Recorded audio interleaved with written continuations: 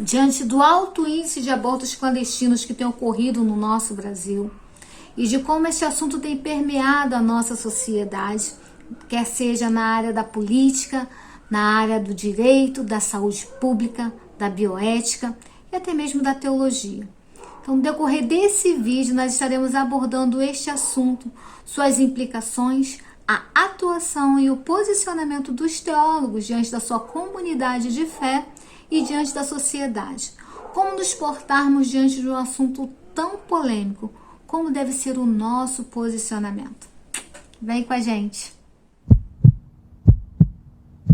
Um dos conceitos para o aborto, segundo o dicionário jurídico, é feticídio, ou seja, a interrupção intencional da gravidez da qual resulta a morte do feto, sendo que no Brasil o aborto é considerado uma infração da lei. Diante da nossa Constituição brasileira, o aborto ele é considerado crime. E diante da nossa Bíblia, que é a nossa regra de fé e prática, ele é considerado, sim, pecado.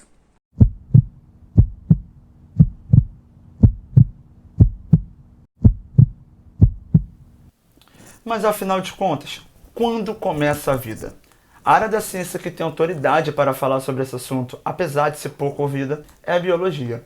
E a biologia afirma que a vida ela começa na concepção, seja ela intra ou extra-uterina até a morte, sendo este um fato impossível de ser contrariado. De acordo com a publicação de James Bopp, da Universidade da América, do ano de 1985, ele afirma que a primeira célula da vida humana ela começa a existir a partir da sua concepção, ou seja, na sua fertilização, quando o espermatozoide vivo do pai se encontra com o óvulo vivo da mãe, sendo que não há exceções conhecidas a esta regra dentro da biologia humana.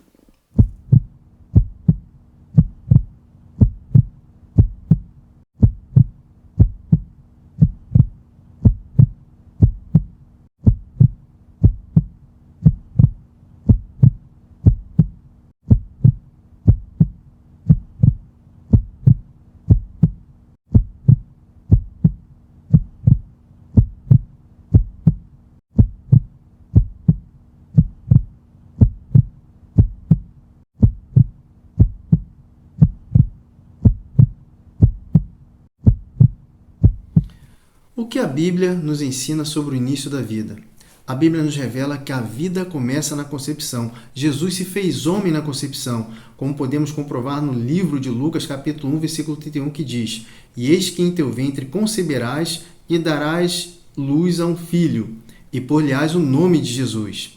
João Batista já tinha o Espírito Santo desde a sua concepção, conforme podemos confirmar no livro de Lucas, capítulo 1, versículo 15. Você sabia que Deus se relaciona com pessoas que ainda não nasceram?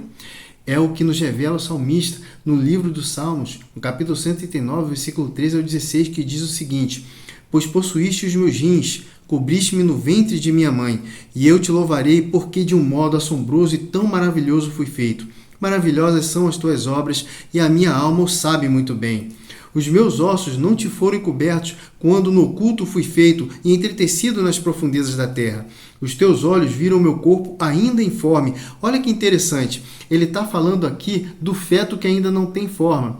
E ele prossegue dizendo: E no teu livro todas essas coisas foram escritas, as quais em continuação foram formadas, quando nem ainda uma delas havia. Veja que interessante. O feto já possui e demonstra sentimentos desde o ventre de sua mãe. É o que podemos confirmar por ocasião da visita de Maria a Isabel, que consta lá no livro de Lucas, no capítulo 1, versículo 41 e 44, quando Isabel chega para Maria e diz o seguinte: Ao ouvir a voz da sua saudação, a criancinha pulou de alegria no meu ventre. Deus coloca o embrião e o ser humano adulto no mesmo patamar. A vida de ambos, tanto do embrião quanto do ser humano adulto, para Deus tem o mesmo valor. O que difere os dois é o tempo e a nutrição. É o que podemos confirmar lá no livro do Êxodo, capítulo 21, versículo 22 ao 23, que diz que quando dois homens brigarem e atingirem uma mulher grávida e esta der à luz prematuramente, tinha que aguardar para ver se o feto nasceria vivo, com vida. Aí, se ele nascesse com vida, pagaria-se um valor, uma multa. Mas se caso ele nascesse morto, A lei diz lá que é vida por vida, ou seja, tanto a vida do embrião quanto a vida do ser humano adulto estão no mesmo patamar. Portanto, meus amados, de acordo com as Escrituras Sagradas, a vida começa na concepção.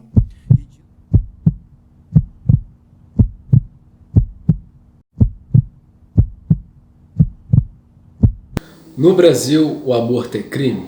Sim.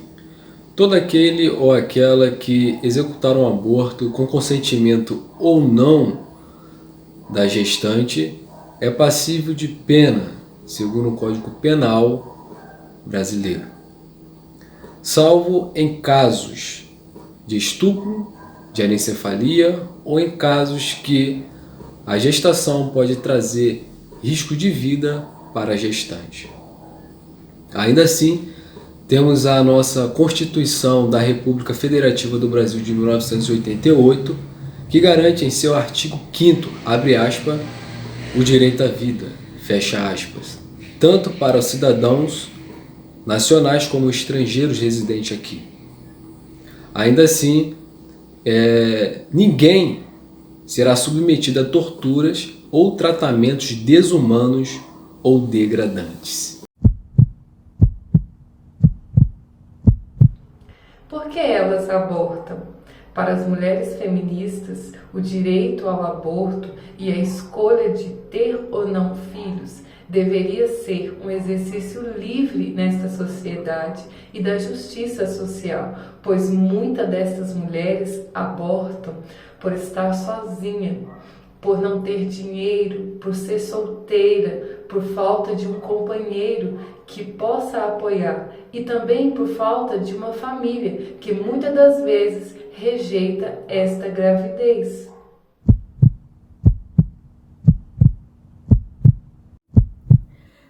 De acordo com uma pesquisa da Universidade de Brasília, em parceria com o Instituto de Bioética, a mulher que aborta é casada, tem filhos, religião e pertence a todas as classes sociais. Primeiro, é preciso deixar claro que todos os métodos são os mesmos, quer sejam nas clínicas clandestinas, quer sejam nas clínicas legais, e que todos são agressivos, sendo que a única diferença é que nas clínicas clandestinas, além da insalubridade, há impossibilidade de intervir com meios de socorro nos casos de complicações envolvendo, por vezes, risco de morte. Ainda assim, todos os métodos são agressivos, sendo que o mais utilizado é a sucção ou a aspiração, que pode provocar, por exemplo, perfuração do útero, esterectomia e também infertilidade, depressão e oscilações de humor. E ainda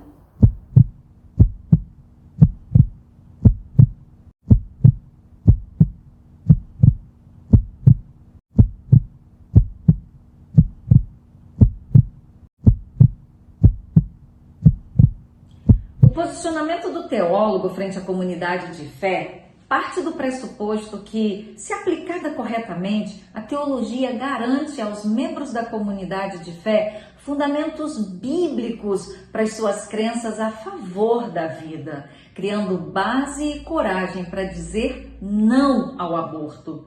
O teólogo sábio prega, ensina e mostra que o aborto é pecado, mas também aponta o remédio, a cruz de Cristo, levando esperança para aqueles que foram feridos pelo aborto, falando e mostrando a verdade em amor.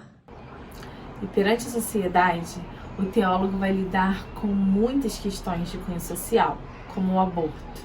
Acredito que o teólogo tem um papel de ser uma voz profética nesse tempo, com a responsabilidade de estabelecer uma relação através do diálogo que faça a sociedade não só refletir, mas se conscientizar da sua relação com Deus, através de uma conduta ética e moral e que valorize a vida. Deus é a favor da vida. A ele compete dar e tirar. E nós, do Grupo Berianos, nos posicionamos contra qualquer tipo de aborto. Somos a favor da vida. A vida pertence a Deus. Não Não Não. Não. Não. Não Não ao aborto. ao aborto? Ao aborto. Ao aborto. Ao aborto. Ao aborto. Ao aborto. Não ao aborto.